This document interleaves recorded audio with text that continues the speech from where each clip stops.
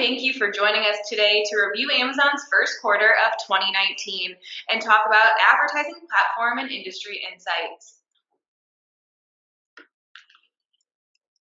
My name is Dina Podner, and I'm the marketing manager here at Marketplace Strategy. Marketplace Strategy is a strategic marketplace sales acceleration agency servicing clients from startups to Fortune 50 companies.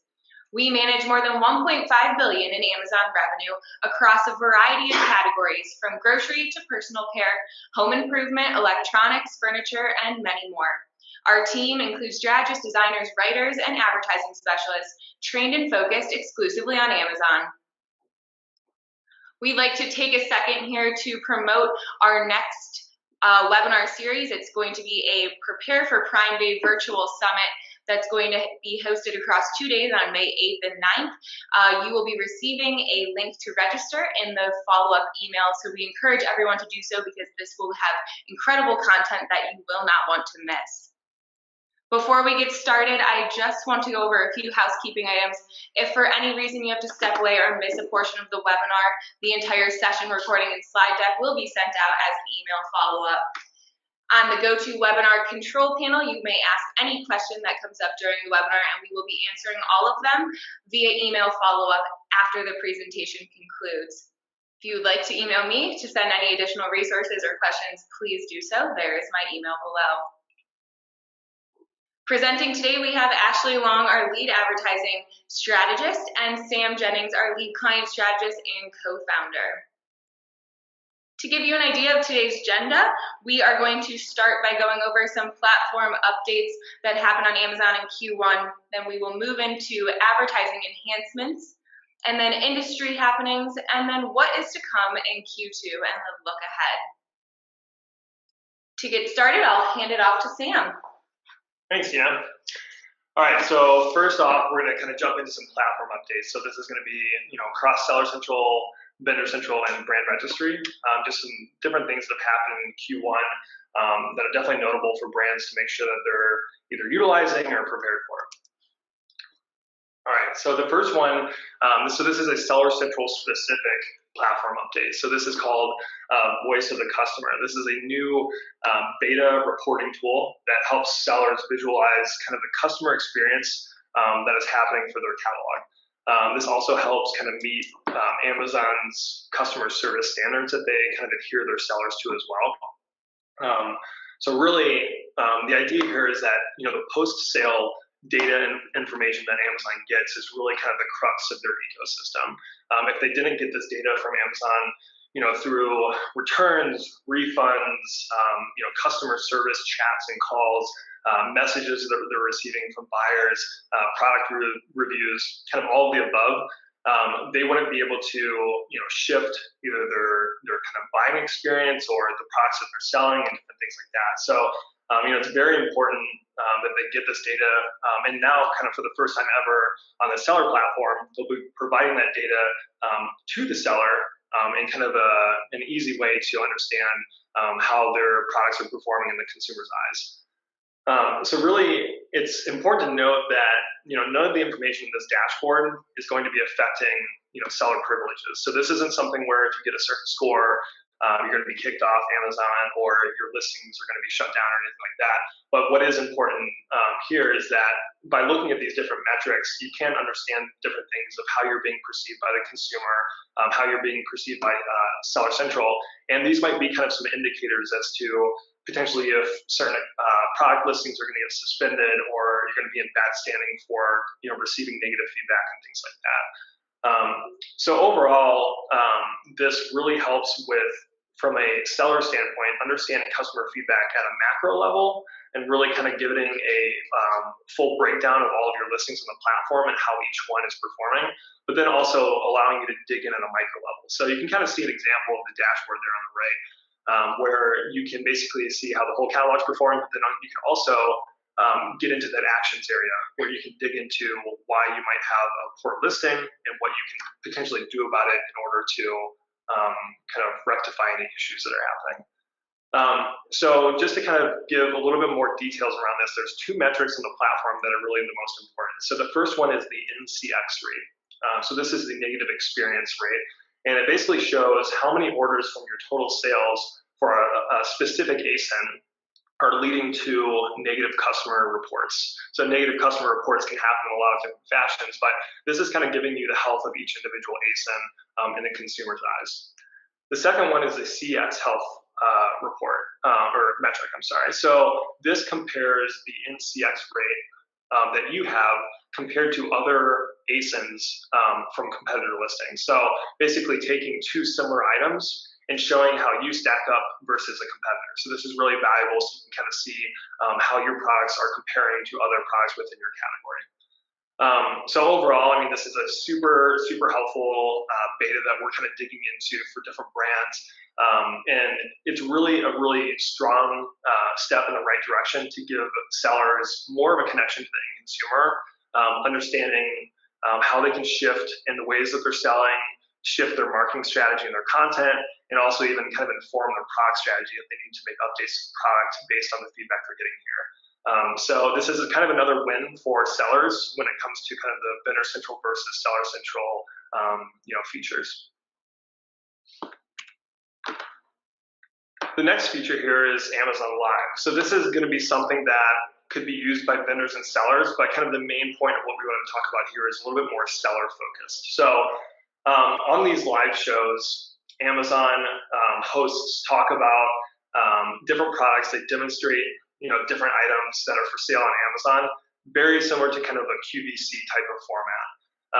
Beneath the video, there's a carousel where shoppers can look at the different products, look at the details of those products, and then even add them to the cart. So this is not the first time Amazon has rolled out live streaming. So they've been doing this for a while. In Prime Day 2017 and 2018, they had live streaming for different deals on their pages. They've done it for specific brands on stores and a lot of different ways that they've been testing this, as well as even something called Style Code that they launched in 2017 that was a bit of a flop, but that one focused on fashion specifically. So, what's different about Amazon Live this time around?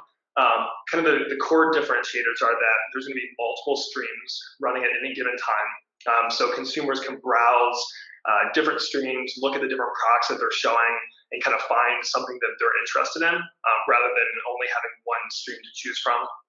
There's going to be a variety of products as well, because that kind of goes off the same idea there, in the way that they're not going to be just fashion focused, or they're not going to be just focused on specific deals. This is really any product within Amazon's catalog that a seller wants to show within this live stream.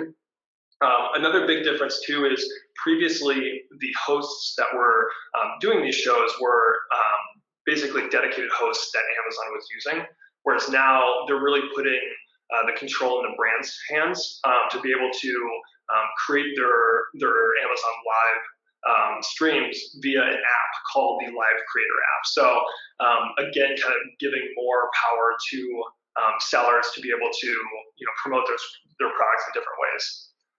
Some other really cool features about this. So the interaction really plays a large role. Consumers are actually going to be able to ask questions to the hosts during the live stream and basically give feedback, find out more about the features of the products and things like that, which is really great data for that brand to have.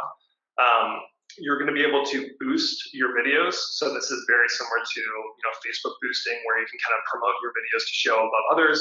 And also Amazon's going to be providing some pretty in-depth analytics within the platform. So things around views, unmuted views, other metrics that are really going to help you to understand kind of the success of your videos. In order to get onto this platform, you have to be a professional seller in the US, and you have to have brand registry. So obviously, those requirements aren't too big of a hassle for most people. Obviously, this is not something that brands would, if they would like to be on this platform, would have to work through a vendor manager or some type of other relationship there, whereas as of right now, this is only open to the Seller Central platform. So the next kind of area that we wanted to discuss, which has been a really hot topic in Q1, was the idea of Amazon not issuing purchase orders and doing a lot of different things on the Vendor Central platform for about a 2 or 3 week period. So just to kind of set the stage here, we wanted to roll out a timeline that kind of shows what happened over that few-week period. The first thing that happened were direct fulfillment and dropship accounts were suspended for a short period of time. So via communication from Amazon, they were letting vendors know that these accounts were going to be temporarily suppressed for business and inventory management reasons. And that's pretty much as far as I got with an explanation. So that was kind of the first piece. The following Monday, vendors missed, or thousands of vendors across the platform missed purchase orders within Vendor Central. So there was a lot of communications that came from Amazon, nothing official. These were more through support cases and working with different various teams at Amazon. So one of them, kind of the most common, was that we will not be placing purchase orders for your products at this time. So again, pretty ominous and not super direct and helpful. But one thing that was happening was brands were actually being told that their products would be better suited for the Seller Central platform and asking vendors to move over to that platform. So that's pretty an interesting insight just from all of these different happenings over the past few weeks that this did happen. The next piece was the brand registry note. So after the POs were missed, there was a weekend where Amazon sent out an email essentially apologizing to vendors for missing the purchase orders. And really the email was centered around the idea of ensuring that brands had the brand registry for all of the brands that they'd be selling. So one of the quotes from there is, "We prefer to source products directly from brand owners." So this is really interesting. It's kind of an obvious move. Surprising that they hadn't enforced this earlier, but it's kind of a move in the right direction as well to ensure that there are less Vendor Central accounts that are not brand owners. And then the last piece within the timeline here is just that POs did resume. So there was definitely that scare for a few-week period where vendors weren't really sure what was going to happen, if they were going to have to move to Seller Central, or if they were going to be combining the two platforms or whatever it may be. But everything did resume as normal, and things have been kind of business as usual since then. And Amazon never really sent out any formal communication. So nobody really knows exactly what happened or what the implications, moving forward are going to be. So kind of talking about why Amazon would be doing this. Really the biggest two areas are, control and profitability. Over the years, Amazon has let brands run free across the two platforms, across seller and vendor. And during that time, with all the data that they've had, they've really been analyzing, Seller Central and Vendor Central, profitability, catalog size, marketing spend, all of these different metrics that they have access to for brands. And it's becoming apparent that they're using that data to really understand and dictate where brands are going to be selling in the future. So this kind of means the idea of moving smaller brands over to Seller Central and then keeping the largest brands on the Vendor Central side. So by kind of drawing the line in the sand and moving smaller brands over to Seller Central, they are removing considerable overhead from the Vendor Central side of things in the way of vendor managers and additional support that is currently being given to those vendors. The other piece here is that the hybrid model could be something of the past. Amazon, in their efforts as well, have told very large brands that they're no longer going to be able to sell on Seller Central and Vendor Central. So kind of, again, taking over that control and kind of choosing where brands are going to be able to sell in the future. So this is kind of something that is alluding to this idea of one vendor. And the idea of one vendor is that there's going to be, in the near future, one platform where both vendors and sellers are going to be selling on one platform. So this is kind of all speculation at this point, but it's something that could definitely be coming down the line. And given kind of all the things that have happened over the past couple of months, it could be something that brands really need to prepare for and kind of have the ability to adjust to. So that kind of leads to the next piece of what can brands do now in order to prepare for whatever might be coming in the future. The first one is make sure that you have brand registry. This is kind of a given at this point since Amazon has mandated it, but it's super important to ensure that you have that registry across all of the brands that you're selling on Vendor Central. create a contingency plan. So this is not an easy thing to do, but really understand all of your options on Seller Central, understand how the operations side of it, how the logistics side of it, how profitability works, all of these different things, and kind of understand the implications of each of the pieces of the platform. So this is something that we definitely help out with a lot and kind of guide brands to understand how they could potentially move from Vendor Central to Seller Central if absolutely necessary. And then the last two pieces are just kind of evolving your strategy overall to not be focused on one platform specifically, but to be able to really sell, independent of any platform, and being aware of what's going on. So, stay in contact with your contacts from Amazon, stay in contact with your agency, try to kind of look for different hints that different things may be coming with platforms, in the near future. Awesome. All right. So last piece here is Project Zero. So this was something that also came out in Q1 of this year. And really, so this is the idea of protecting, counterfeits. So counterfeit products has really been one of the greatest challenges over the past couple of years for protecting brands on Amazon. In the past, we know that large brands such as Birkenstock have basically pulled out of Amazon altogether because they haven't been able to protect their brand from counterfeit issues. And prior to launching Project Zero, there has been very little that brands could do themselves to fight those counterfeits on the marketplace. So there has been brand registry and different programs that they've rolled out, none of which have been super effective for the brand. So Amazon has been running this pilot program over the past few months with I think 15 different brands, and really testing out this idea. And now this quarter they've actually opened it up for brands to apply. It's basically on a wait list currently, but probably will be rolling out to brands self-service in the very near future. So basically this program combines Amazon's machine learning and their advanced technology and all the different algorithms that they have with the knowledge that the brand has of their catalog and potential counterfeit threats and different things like that, and really allowing both of those things to work in tandem to fight counterfeits. So the three big areas of this program are the first one being automated protections. So this is where Amazon, again, is using their technology and their machine learning and their info of kind of the full catalog on Amazon to find potential counterfeits and remove them for brands. So this is kind of the biggest area. The second one, which has really gotten the most attention because it's the biggest shift, is that Amazon will be placing kind of some control within the brands to be able to remove counterfeits themselves through a self-service platform. And then the last one is product serialization. So this is where brands can basically attach a unique code to each of their products, and then Amazon can kind of follow that through the journey, scan it, and ensure that that unique product is tied to that brand as opposed to it being a counterfeit. So overall, anybody can enroll in this program right now. It is waitlisted, but should be coming out self-service in the very near future. It's completely free, which I think is very interesting. So it might actually have some costs in the future, but the only thing that does cost a little bit of money is the product serialization, which is anywhere up to 5 cents per product, depending on your catalog's volume.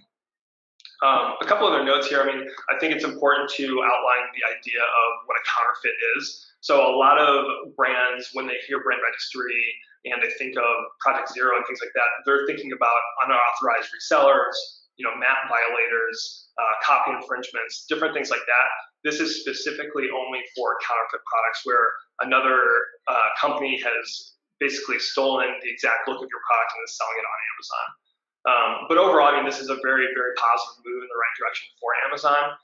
And it's, again, really cool that they're putting more power in the hands of the brand and making their platform more self-service. All right, so that kind of concludes the portion of the platform updates. I'm going to pass it over to Ashley to talk through some of the advertising updates from Q1. Thanks, Sam. So we'll be jumping into advertising here. Some of these things are probably known features, but we want to just call out some of the highlights, the way that we're using some of them, and hopefully give you some additional insights into these updates that have rolled out. First and foremost, talking about new to brand metrics. So these are metrics for ad attributed purchases. When someone purchases from a brand for the first time in the last 12 months, we're able to see orders, percent of orders, sales, and percent of sales through display, video, and then on the search side, only through sponsored brand ads. This is a really exciting metric for us. Oftentimes we are asked to work with our customers on driving net new customers to their brand. And until this metric rolled out, it was very hard to truly tell how many of the sales that were coming through ads were new to brand. So this is great. We're really excited to have that ability. We're reporting on it from a tactic level. So we're looking at branded initiatives as well as non-brand initiatives, and seeing success on both sides.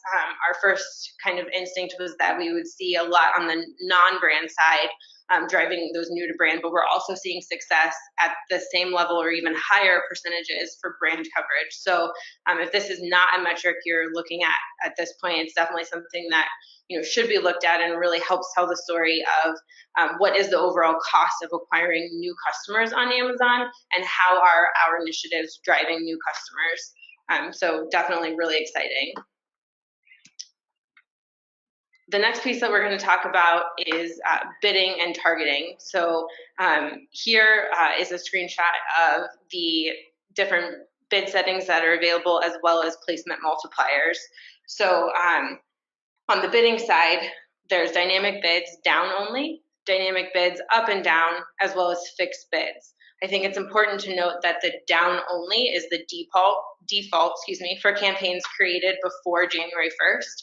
So if you're creating campaigns now and not changing this, it's going to default to the down only. Dynamic bids down only is going to be a real-time bid reduction if the system deems the click less likely to drive a sale. So this is really effective if you have tight budgets or really want to control CPCs. Having the system in real time reduce your bid if you're not likely to convert is a great way to use that.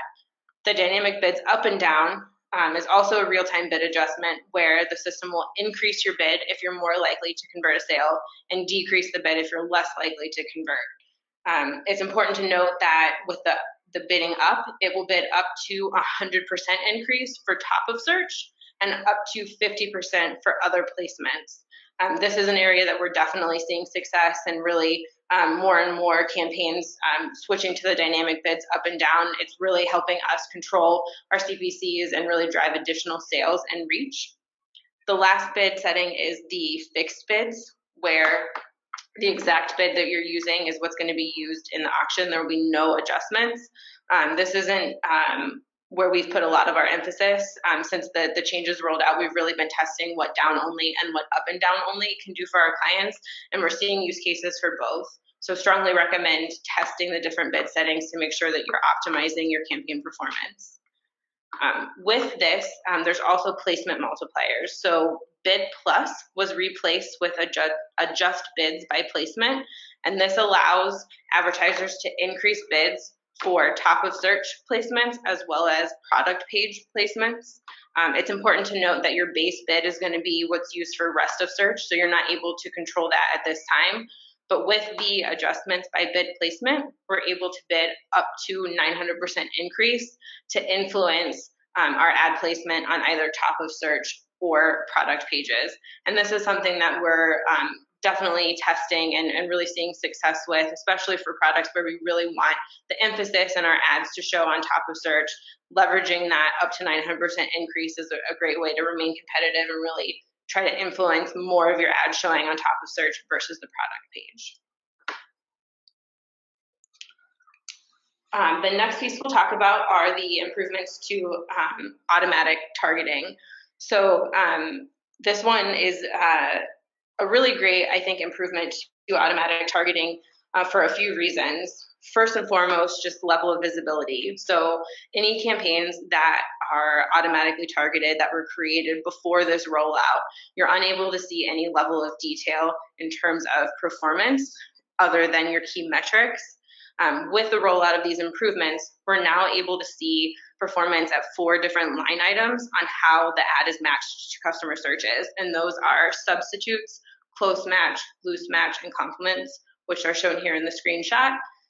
Loose match is going to show your ads to customers who are using search terms loosely related to your products.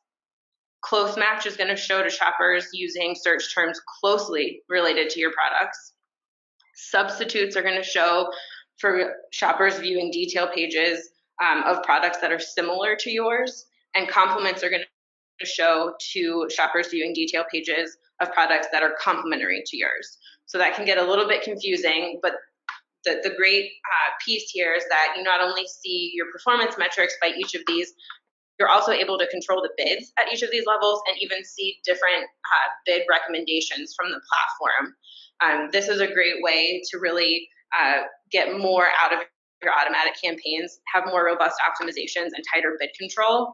And again, our recommendation is if you're running auto campaigns that were created prior to this rollout, we're recreating those for all of our clients so that we can see this level of detail and have that more robust control and more robust reporting, so we have better line of sight into what's actually happening within these automatically targeted campaigns.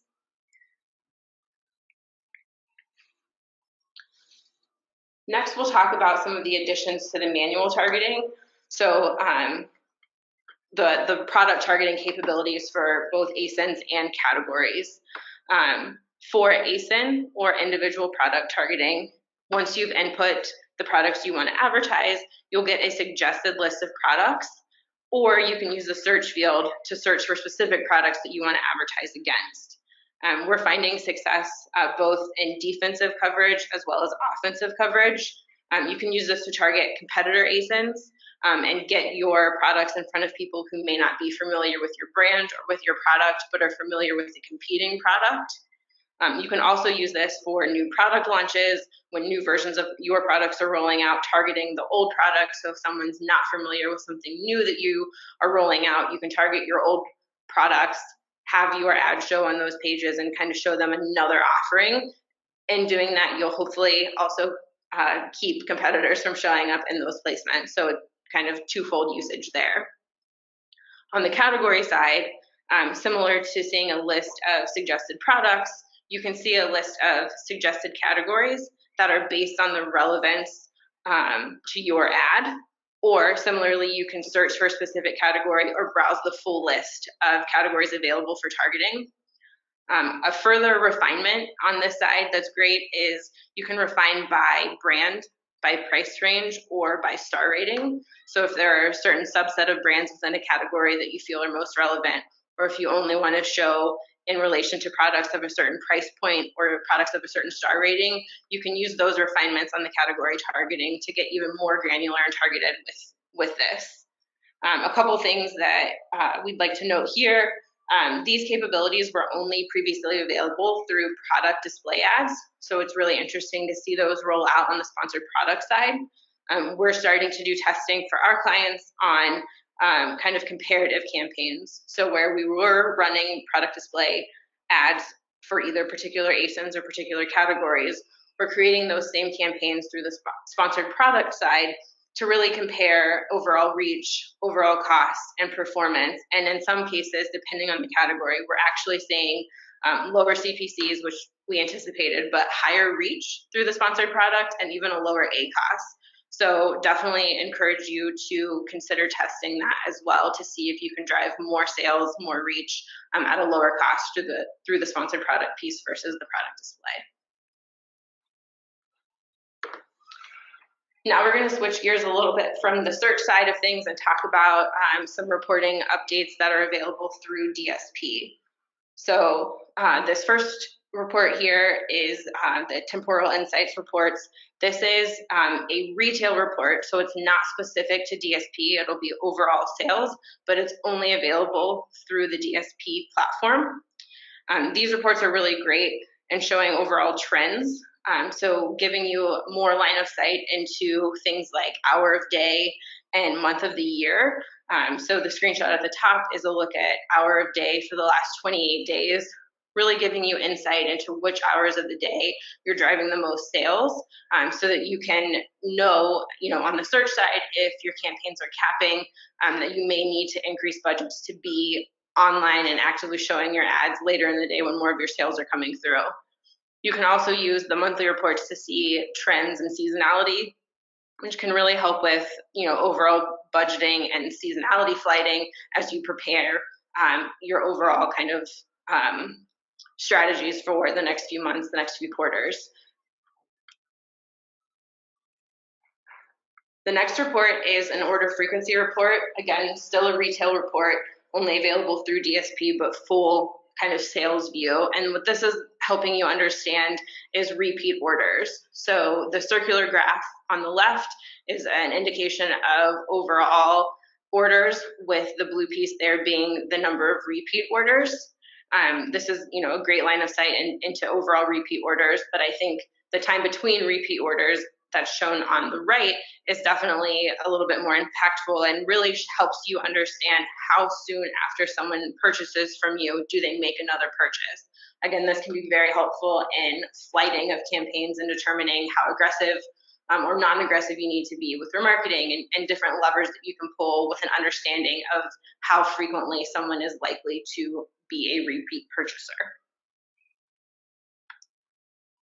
And then the last piece here is specific to DSP, and this is audience overlap reporting.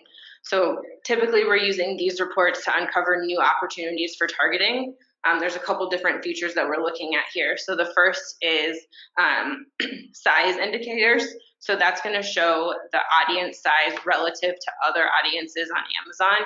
And this is a great lever to pull when you're looking to increase reach, understanding the size of an audience, and really being able to target by the size indicator.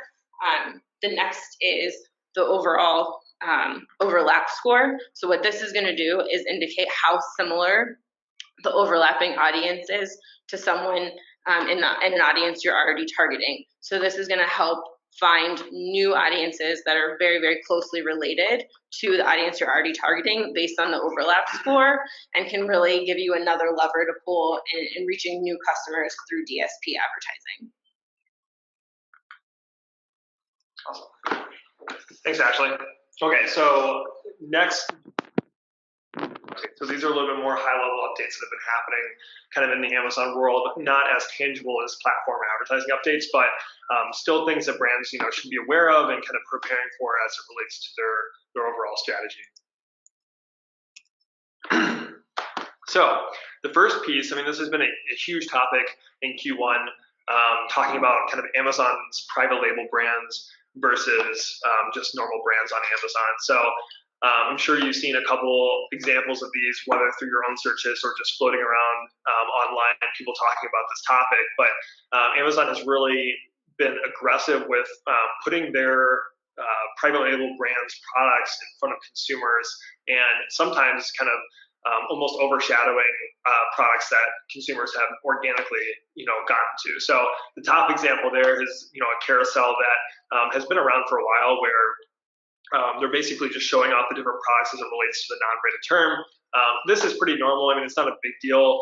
They're kind of showing different options that the consumer has that are low-cost options, but again, probably not something that they're necessarily paying for, as it's not a sponsored placement or a sponsored brand ad or anything like that.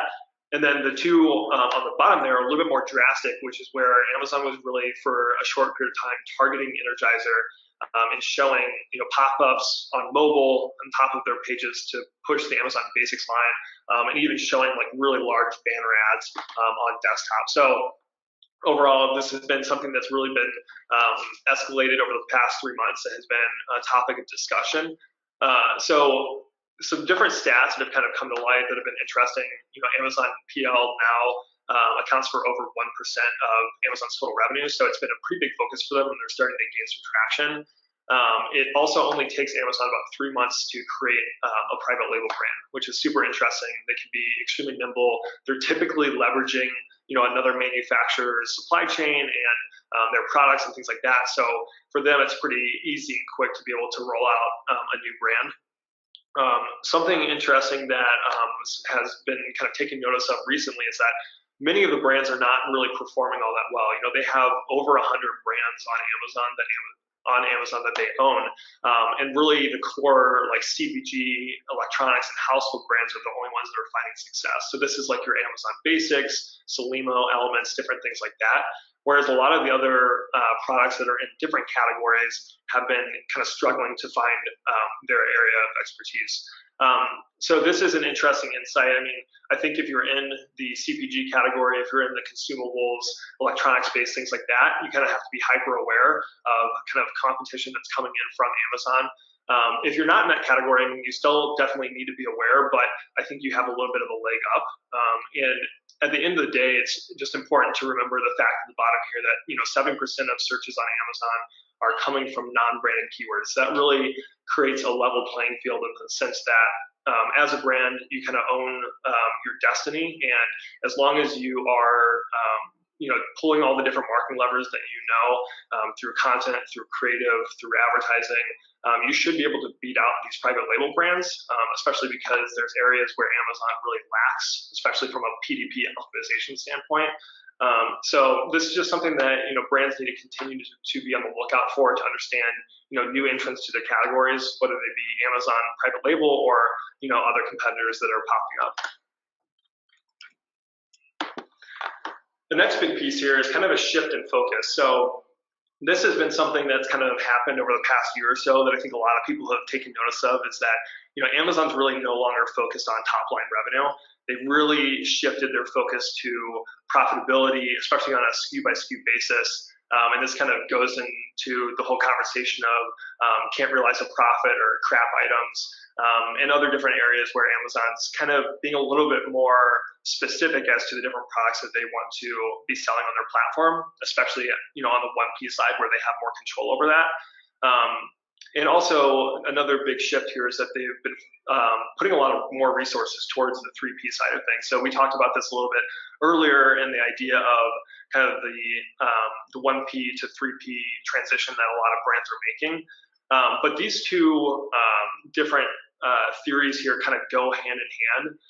And one interesting thing over here on the right, which you can see, is that in the letter to shareholders from Bezos, he outlined the growth that the third-party platform has seen from 1999 all the way to this last year in 2018, where it grew from 3% of their total sales to 58%, which is pretty astounding, and shows that the 3P side of things is really where they're seeing the majority of the revenue and likely the majority of the profit as well. So it makes sense that they've been putting so much of a focus on adding different levers for sellers, making it a very self-service, easy-to-use platform, and even going as far as pushing smaller first-party vendors over to the Seller Central platform.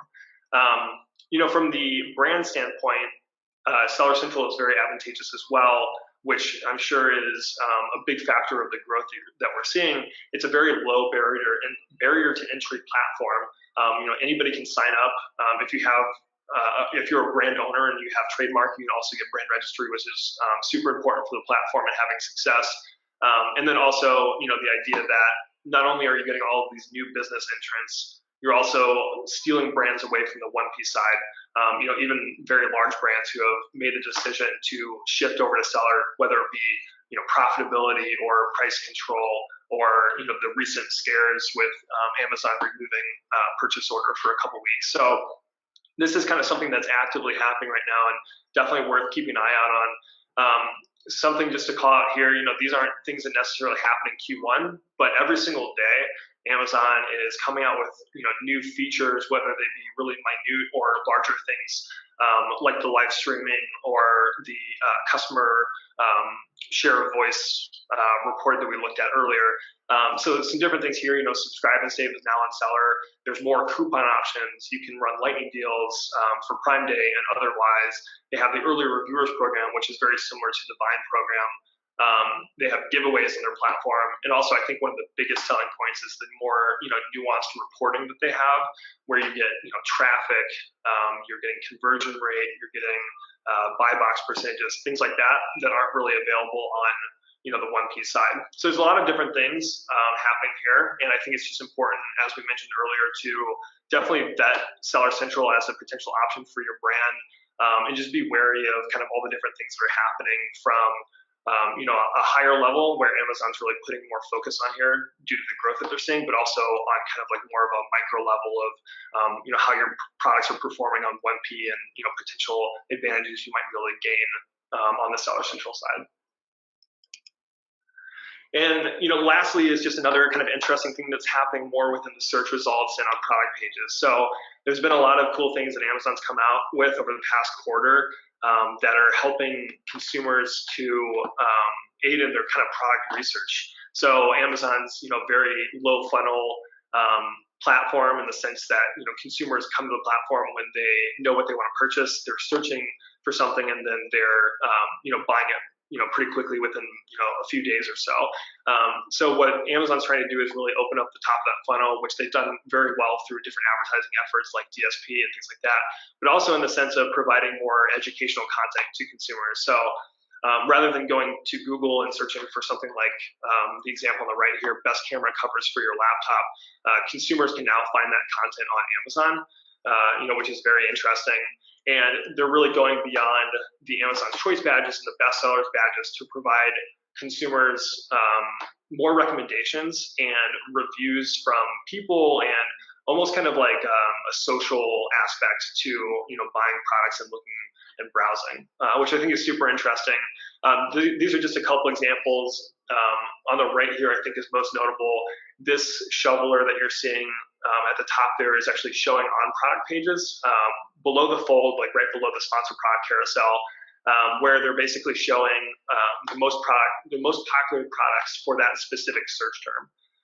So they've got all this data of what people want to know are the best of the best for different product searches. So they've basically created these lists which lead to a landing page that gives a little bit more information on the product, as well as customer reviews and things like that. So overall, I think there's a couple things happening here. One is kind of the idea of allowing the customer to do more product research on the Amazon site, but then also the big piece here is that Amazon's really focusing on influencing off Amazon search engine results. So for instance, the pages on the right there are being crawled and indexed by Google and have very, very strong keyword focus like best products. So they're making a big effort to try to gain as much traffic from Google and other search engines as they possibly can, which is going to be something that as a brand you should be really honing your keyword strategy around these different areas that you can see that Amazon is focusing within your category.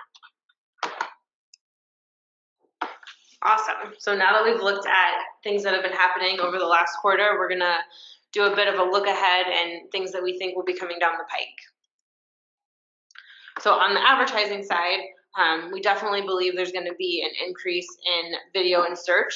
We know that's becoming available through the self-service advertising side. So definitely something to keep an eye on, and we definitely anticipate that being a large area of focus. We also anticipate seeing targeting for Amazon Business to increase. We're seeing that roll out to a handful of our clients, and really that really targeted capability to target specific Amazon Business is huge for anybody who has products relevant to the B2B side of things. So definitely something to keep an eye out for. We're hoping for sponsored brand targeting enhancements. All of the advertising enhancements we went over today were specific to sponsored products, and we're hoping that some of that will roll out to the sponsored brand side, as we think there's definitely opportunity to improve the targeting capabilities on those campaigns. We also are speculating the removal of PDA targeting. So as we talked about with some of the new features for sponsored product targeting, those were only available in the past for PDA campaigns. We're seeing those roll with sponsored products. We're also seeing more and more ad placements from sponsored product campaigns on product detail pages that primarily had been PDA ad placements in the past. So definitely interesting to note there, and something we're keeping an eye on our side of things. And then lastly, on the DSP side, definitely anticipating an increase in an emphasis on OTT. We know that there's been a lot of inventory expansion there. It's kind of a hot topic with a lot of our clients, and definitely anticipating seeing more significant growth on the OTT side in the near future. And some other, non-advertising related updates that we're thinking are coming down the line. I think we're going to see a lot of new betas this quarter. We saw a lot in Q1, but Amazon continues to focus on different things attribution-wise, whether that be connecting off Amazon channels, as well as looking really closely at social media and things like that, of how they can kind of take that social aspect and bring it to the Amazon platform. So definitely something to keep a lookout for are those different betas that Amazon's rolling out. We're going to continue to see a big focus on stores. This is something that Amazon has let us know is going to be happening and has been happening for the last 6 months or so. Really within the insights and the analytics that you have, within kind of how it's being shown within Google search results, and a lot of different other things. I think recently they also have some new video abilities and things like that for the store. So even from a user experience, they're improving it. So this is going to be something that we'll see continuing within the Q2 and beyond. Another thing which we talked about quite a bit is the idea that brands should really be focusing on any foundational changes that they're seeing within seller and vendor. There's a lot of hints out there that Amazon's going to be doing some type of shakeup, whether it be this idea of one vendor or moving brands over to one platform or the other. So just keeping a lookout for those things if you think that a lot's going to be coming in Q2. And lastly is non-Amazon related. So a lot of other marketplaces are rolling out PPC platforms. Probably is going to happen more and more this year as they see what Amazon is doing and try to kind of compete with them.